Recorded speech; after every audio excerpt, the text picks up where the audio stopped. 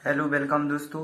इसके बाद हम प्रोजेक्ट कार 8 जो हमारा घर हमारा विद्यालय से लिया गया है, तो इसको आज हम पूरा कंप्लीट करेंगे। इसके पहले मैंने आपको प्रोजेक्ट कार 1 से लेकर 7 तक आपकी कंप्लीट करा दिए हैं, तो आज हम प्रोजेक्ट कार 8 भी कंप्लीट करेंगे। तो चलिए इसको शुरू करते हैं। सबसे पहले निर्देश में आप देख सकते हैं क्या दिया गया है कि विद्यार्थी अपने घर या आसपास के परिवेश से कम 9 वर्गाकार और आयताकार वस्तुओं का अवलोकन कर उसका चयन करें। तो कम से कम या तो 9 वर्गाकार वस्तुएं हों या आयताकार वस्तुएं हों। उसके बाद सेकंड दिया है चयनित वस्तुओं की लंबाई एवं चौड़ाई है जो सेंटीमीटर में मापकर निम्नलिखित सारणी को पूरा करें। तो इस सारणी को आपको सेंटीमीटर लंबाई और चौड़ाई को सेंटीमीटर में लेना है और ये किस प्रकार होना चाहिए, 9 वर्गाकार या आयताकार वस्तुएं होना चाहिए। तो आप देख सकते हैं सबसे पहले पूछा गया है कि वस्तु का नाम, वस्तु की लंबाई, वस्तु की चौड़ाई, परिमाप और क्षेत्रफल। तो सबसे पहले दिया गया है बिस्कुट पुस्तक, इसको नहीं करना है। इसके बाद दिया है कि वस्तु का नाम मैंने लिखा है पलंग। जैसे पलंग है तो वस्तु की लंबाई है 6 सेंटीमीटर, वस्तु की चौड़ाई है 4 सेंटीमीटर। तो ये आयताकार है तो आयताकार में आपका परिमाप हो जाएगा 12 सेंटीमीटर। इसका सूत्र होता है 2 गुणित लंबाई धन चौड़ाई। तो इसको आप इसका मान रखेंगे लंबाई चौड़ाई के, तो आपका परिमाप 12 आ जाएगा। और क्षेत्रफल होता है लंबाई गुणित चौड़ाई, तो आप इसको कर देंगे 6 गुणित 4, तो इसका आ जाएगा आंसर 24 सेंटीमीटर। इसी प्रकार से सभी को करना है।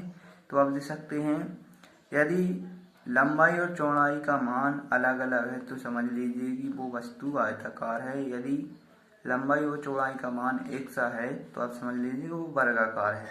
तो यहाँ पर देखें जैसे खिड़की दी गई है तो खिड़की का 3 और 2 दिया है, तो यहाँ पर आप देखें अलग अलग है तो ये आयताकार होगी। तो आयताकार में परिमाप मैंने आपको बताया है और क्षेत्रफल बताया है। तो इस प्रकार से आप देख सकते हैं लिखे हुए हैं यहाँ पर परिमाप हो जाएगा 10 सेंटीमीटर, क्षेत्रफल हो जाएगा 6 सेंटीमीटर। इसी प्रकार से सभी को करना है। अब देख सकते हैं मैंने लिखे हैं, तो यहाँ पर देखें जैसे टीवी है 3 सेंटीमीटर और 3 सेंटीमीटर, 3 सेंटीमीटर लंबाई की और 3 सेंटीमीटर चौड़ाई की है, तो यह हो जाएगी वर्गाकार।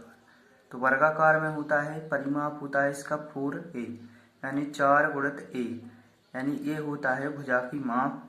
तो यहाँ पर 3 हो जाएगी भुजा की माप, जो एक सी है 4 भुजाओं की माप 3 हो जाएगी। तो यहाँ पर 3 रख देंगे, 4 गुणित 3 करेंगे तो 12 सेंटीमीटर आपका परिमाप आ जाएगा। और यहाँ पर हो जाएगा आपका, यहाँ पर क्षेत्रफल क्या हो जाएगा, तो भुजा का वर्ग होता है, तो भुजा दी गई है आपकी 3, तो 3 का वर्ग करेंगे तो आपका 9 सेंटीमीटर आंसर हो जाएगा सही।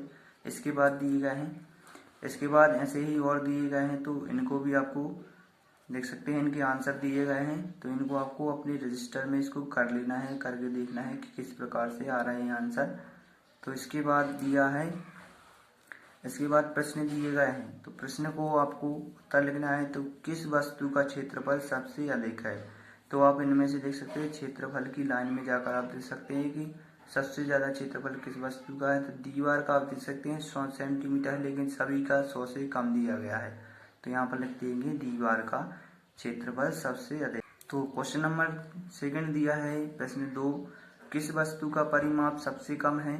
तो परिमाप में आपको जाकर देखना है, तो किस वस्तु का परिमाप सबसे कम है, तो खिड़की का परिमाप सबसे कम है। इसके बाद आता है प्रश्न 3, तो इसमें पूछा गया है कि सबसे अधिक क्षेत्रफल और सबसे कम क्षेत्रफल वाली वस्तुओं के क्षेत्रफल में कितना अंतर है। तो यहाँ पर आंसर देख सकते हैं सबसे अधिक क्षेत्रफल दीवार तथा सबसे कम क्षेत्रफल खिड़की का है।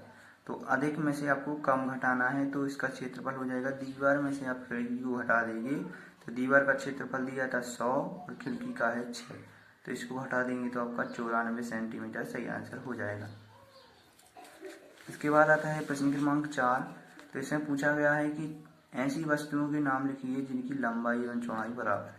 तो आपको टेबल में जाकर देखना है, तो लंबाई में पलंग और दरवाजा, चौड़ाई में पलंग और बॉक्स। तो आप देख सकते हैं लंबाई में पलंग और दरवाजा सेम टू सेम है यानी समान है, और चौड़ाई में पलंग और बॉक्स समान है।